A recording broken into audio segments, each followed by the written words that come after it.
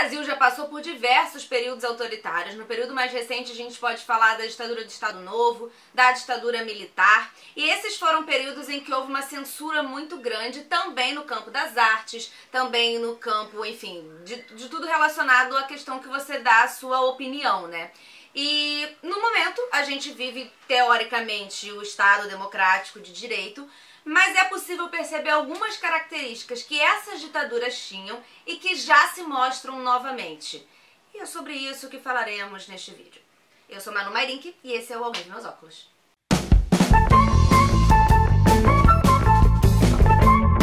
A democracia brasileira ela é muito jovem e ela tá passando por maus bocados, vamos dizer assim, né? Ela não se consolidou plenamente. A forma como a gente tem lidado com isso desde o fim do regime militar, né, tão autoritário, não foi uma maneira como outros países que passaram por regimes muito parecidos lidaram com isso.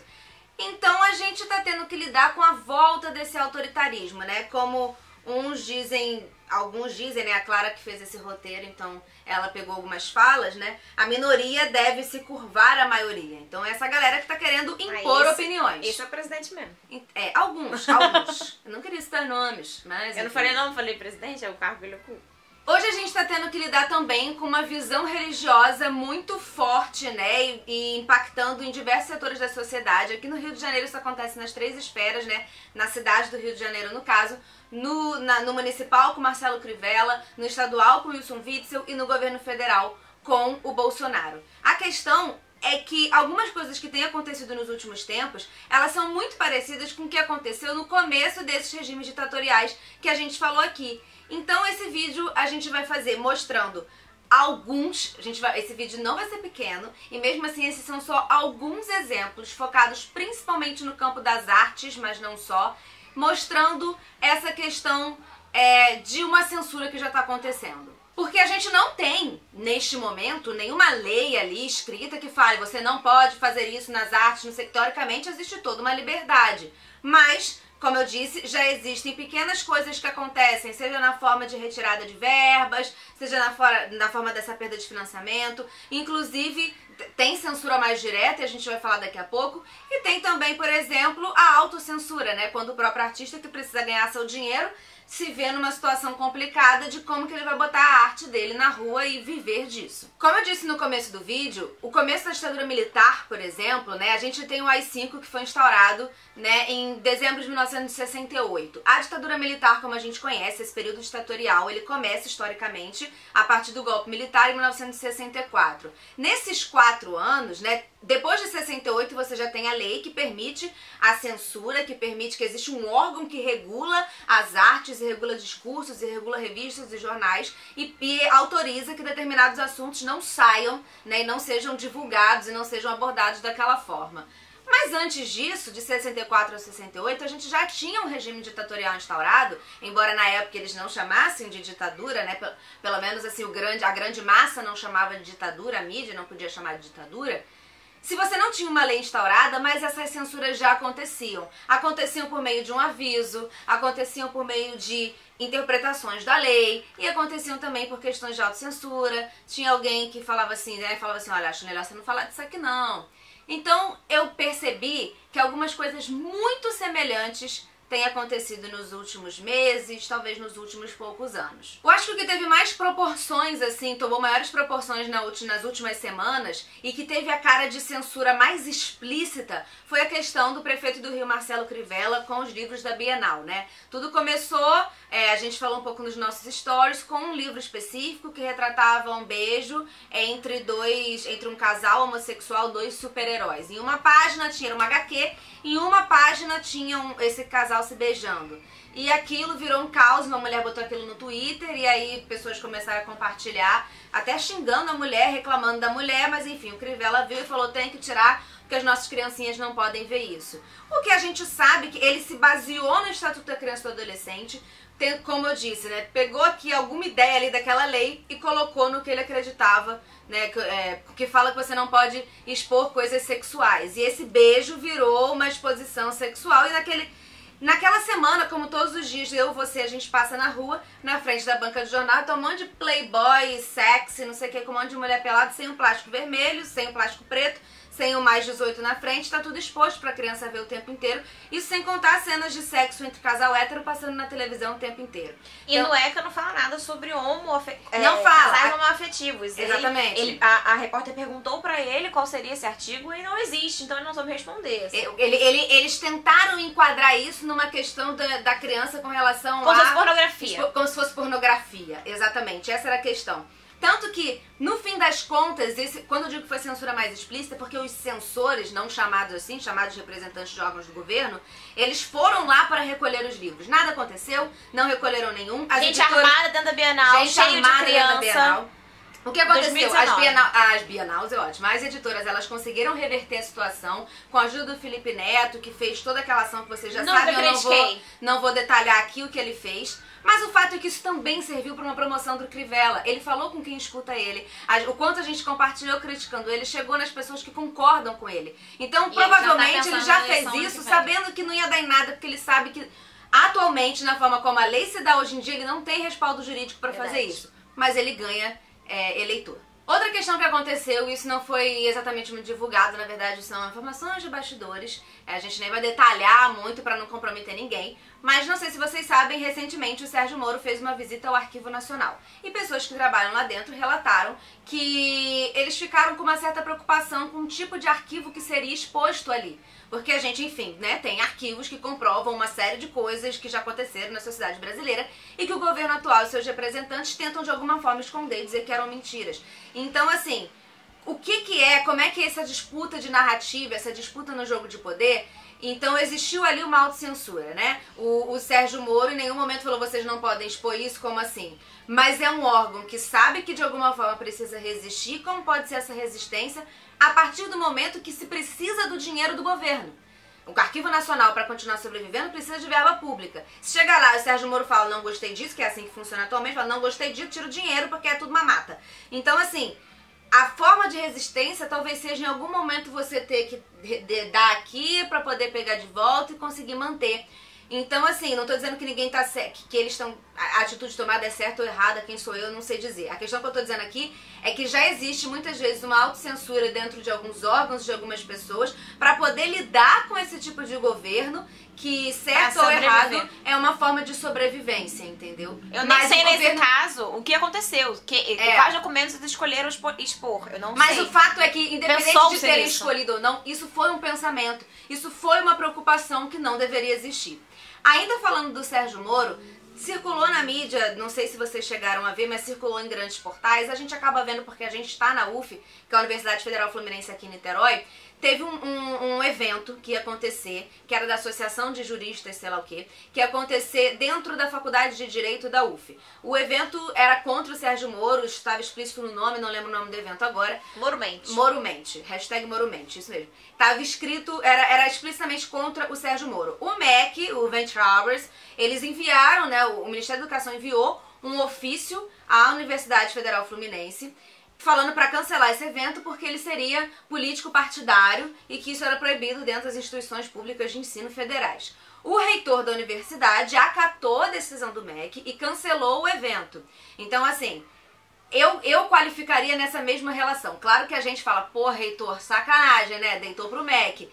Mas eu também tento entender essa relação, essa disputa de alguém que precisa, ou compra essa briga aqui com esse evento, a gente já tá se ferrando. A gente precisa de verba para pagar toda uma universidade. Entendo a decisão do reitor, embora pense que seja muito triste a gente ter que passar por isso, entendeu? E ter que tomar esse tipo de atitude. De qualquer forma, o evento aconteceu porque a Faculdade de Direito entrou na justiça contra essa decisão do reitor e do MEC, e aí o juiz, né, ele autorizou o evento a acontecer e falou, lembrou que o Supremo Tribunal Federal já havia decidido categoricamente pela absoluta liberdade de manifestação e expressão no âmbito da universidade, mesmo inclusive para manifestar preferência ou repúdio de natureza político-ideológica ou mesmo partidária. Então isso era uma instância superior, que o MEC não tinha que ter falado nada e, consequentemente, o reitor tinha respaldo jurídico para isso, mas teve que entrar na justiça para fazer. Que eles sabiam que bom, deveria ser, se a pessoa tá no MEC, sabe que existe esse entendimento do Supremo Tribunal tô com a dicção péssima hoje, o Supremo Tribunal Federal. Eles já deveriam pelo menos saber que existe isso. Exato. Só que aí jogou pra plateia e falou, vamos tentar. E tem que se entender que isso é tudo midiático, entendeu? Ele joga, ele inventa isso, então era um evento que era pequeno. O Weintraubers, ele deu luz pra esse evento. E aí, um monte de gente que não sabia que esse evento existia, agora fica, olha o que a UF faz. O Weintraubers já sabia que ele não podia fazer isso. Claro, se ninguém fosse na justiça, o evento não ia acontecer mesmo, mas a gente corre atrás. Só que ele já sabia, a questão é você criar uma narrativa e um discurso contra coisas que eles já são contra, sabe? Reflitam sobre isso, eu pensei nisso. Agora, indo mais diretamente pro campo das artes. Vocês também devem ter acompanhado isso. A estreia do Marighella, que era para ter acontecido no começo do ano, não aconteceu. Foi marcada oficialmente para 20 de novembro, o mês que o Marighella teria uma data redonda, enfim, era um mês... Era aniversário de morte. Era uma data redonda e também seria o Dia da Consciência Negra, foi marcado para 20 de novembro. Tem algumas semanas, alguns dias, que essa estreia foi adiada por tempo indeterminado e a informação oficial que a gente tem é de que isso aconteceu por trâmites burocráticos. Então, na real, são trâmites burocráticos, né? Verba que não foi liberada pro lançamento, papel assinado que a empresa lá que fez o filme, a produtora do filme, não conseguiu assinar a tempo e daí não conseguiu a verba e tal. A questão é que a verba é federal, é da Ancine, o papel assinado, quem deveria ter assinado é o Fundo Setorial Audiovisual, que também é um órgão público. Então, assim, teoricamente, na verdade, até praticamente falando, tá certo, foi uma questão de burocracia mesmo. Mas isso não acontece com o Vai Que Cola. Só que a gente tem que lembrar, quando a gente vai falar dessa questão, é muito importante que a gente, foi isso. Mas o que tem por trás desse argumento oficial que teoricamente está correto, né? Então eu acho importante a gente ficar com a pulga atrás da orelha, vou colar aqui, lembrando que o Bolsonaro já tem tido milhares de problemas com a Ancine é uma coisa que ele xinga o dia inteiro, o tempo todo. Um dos porta-vozes do governo já chegou a afirmar que tem a intenção de reformular a Ancine para trabalhar só com projetos com um sentimento cristão, tudo isso passando por um filtro do governo, então a Clara até me atentou. Foi o ministro da Cidadania, né, o Osmar Terra. Pra importância, não sei quem foi, pra importância de falar dessa palavra filtro, porque a palavra filtro é uma palavra bonita pra falar censura, né? E essa palavra foi usada oficialmente, então assim, sinais, fortes sinais. E em agosto, o Bolsonaro demitiu o diretor da Ancine e disse que está buscando um substituto com visão evangélica, né? E no início do mês de setembro, o presidente apresentou no Poder Legislativo um projeto de lei que prevê um corte de quase 43% no orçamento do Fundo Setorial Audiovisual em 2020. Então foi aquela disputa de poder, porque o filme do Marighella conta a história desse guerrilheiro, né, que lutou contra a ditadura, então e foi assassinado por ela. Então é uma história que não se quer que seja contada. Então o governo não vai falar não pode por enquanto. Por enquanto o governo vai falar não pode. O que o governo tem feito é lidar com as armas que ele tem nas mãos. Deixar que você não faça.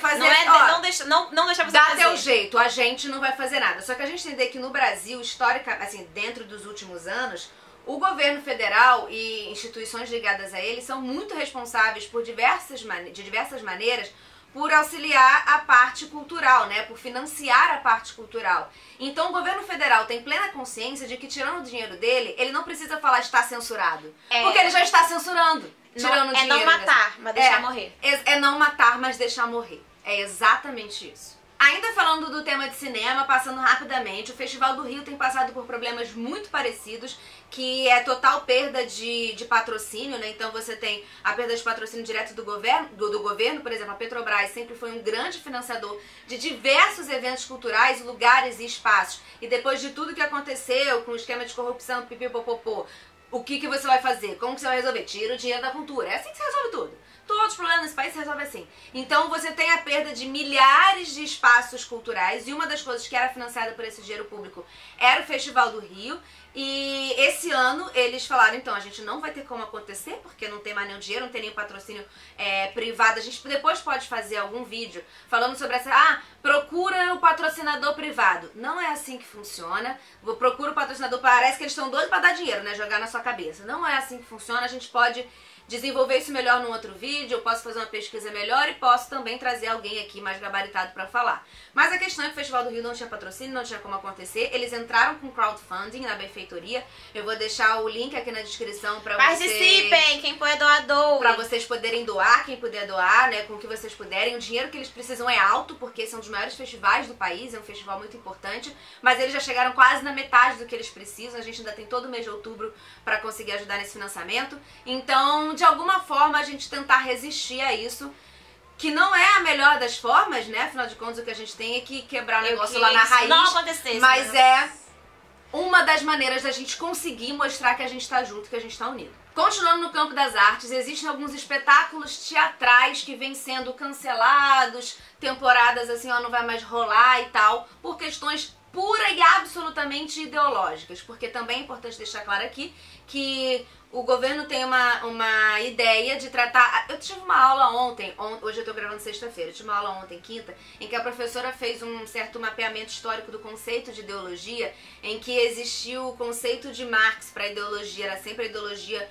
como uma coisa ruim do capitalismo, então assim, a ideologia capitalista que escondia de você a realidade e fazia com que você ficasse acreditando que tudo era lindo.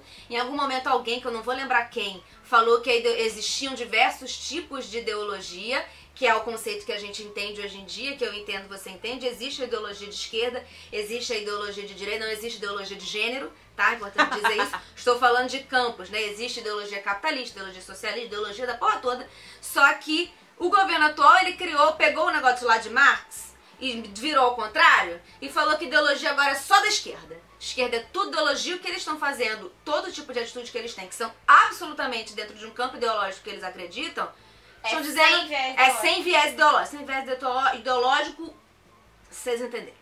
Então, diversos espetáculos foram censurados, né? Vou citar dois aqui, que ficaram mais claros, se foram mais divulgados, por questões absolutamente ideológicas. E um deles foi o espetáculo Gritos. Gritos é da companhia 12AD, que é um espetáculo maravilhoso, tem post dele no blog, e se eu achar já tem um tempo, eu vou deixar o link aqui na descrição também. Eu fiz uma entrevista com um dos atores responsáveis pela companhia.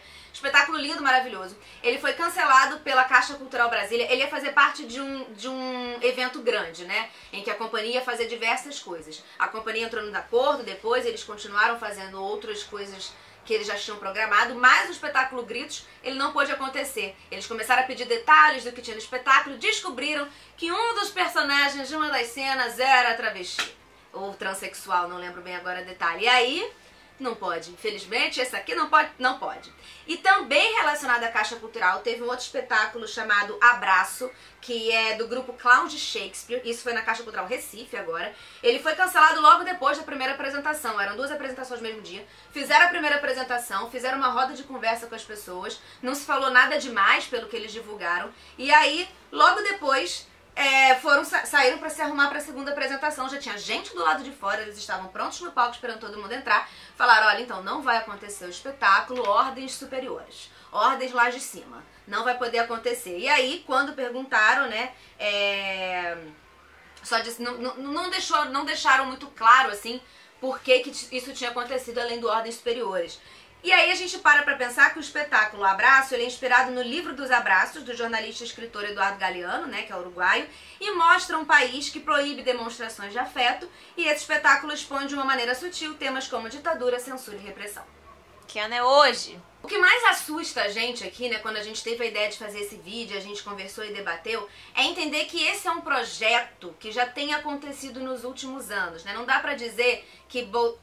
Quando o Bolsonaro assumiu o poder, ele tem poder de caneta, que não pode mais ser Bic, porque Bic é francesa, mas ele tem esse poder de assinatura de proibir algumas coisas. Mas isso já vem sendo construído na cabeça das pessoas com o crescimento da extrema-direita há alguns poucos anos, né? E esse apoio popular lembra muito também o início da ditadura, que tinha sim um apoio popular. Afinal de contas, se criou um fantasma comunista que ia dominar o mundo e comer criancinhas. Então, assim, isso continua acontecendo, voltou a acontecer. Então, é legal a gente lembrar que existe um retrospecto, né? Dentro desse discurso. Que hoje em dia você tem coisas mais oficiais, vamos dizer assim, embora você não tenha uma lei assinada, mas em questão de discurso você já tinha. Quem não lembra do Queer Museu, que é uma exposição que foi boicotada, depois censurada pelo Santander Cultural em Porto Alegre em 2017. Depois, através de financiamento coletivo, ela veio para o Rio de Janeiro. Mas o Santander, as pessoas começaram a não ir, fazer um negócio, o Santander foi lá e tirou o patrocínio. Então assim, pede pra empresa privada pra patrocinar. É isso que acontece. Então a empresa privada, ela tem seus clientes. Se o cliente falar não vou mais, a empresa vai falar assim, tá bom, tirei a exposição. É isso que acontece.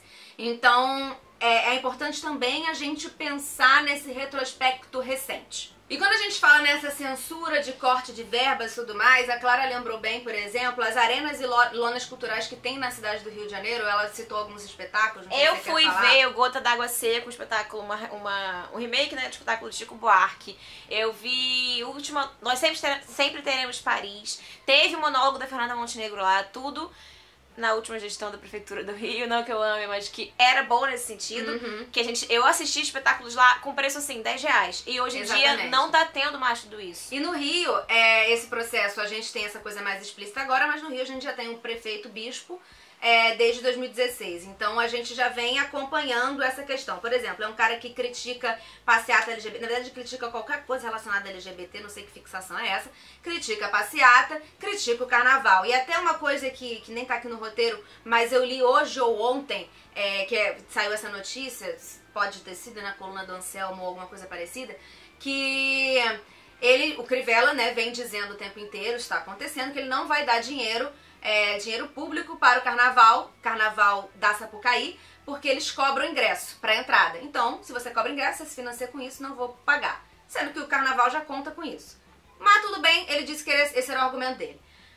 O Rock in Rio, ele não deu dinheiro direto para o Rock in Rio, mas em incentivo fiscal, ou seja, provavelmente deixou de pagar um tanto de imposto, R$700 mil.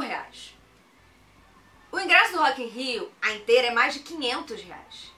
Aí você vai me dizer que a questão dele é que não vai dar dinheiro público pra isso, não vai deixar... Por que ele tá deixando de arrecadar R$700 mil? A questão dele é contra gay, contra lésbico, contra LGBT, e contra o carnaval. O Crivella não gosta do Rio de Janeiro, do que existe no Rio de Janeiro. O carnaval dá muito mais lucro nos 4 dias do que o Rock in Rio para a cidade. O Rock in Rio também dá o seu lucro para a cidade, mas o carnaval é muito mais.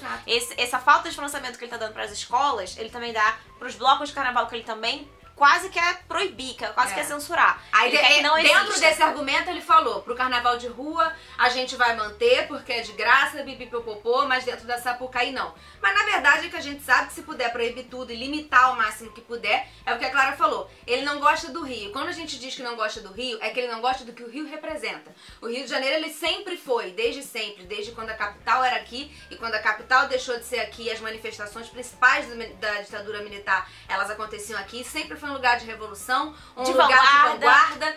E para esse projeto de poder aqui, isso não funciona. Isso não é bom. E outra coisa também, que eu tô falando aqui sobre o lucro que o carnaval dá, mas mesmo que não desse, o carnaval e o cinema e tudo mais, isso tudo dá lucro, isso tudo é revertido em imposto pro Estado, mas mesmo que não desse, é cultura e deve ser respeitada e financiada, mesmo que não desse lucro. Dando lucro é muito mais, não é só deve ser respeitada. Isso é direito, tá na Constituição. Pois é. Isso o governo tem que oferecer, porque isso está na Constituição, a incrível Constituição que a gente, né, valoriza com todos os seus problemas.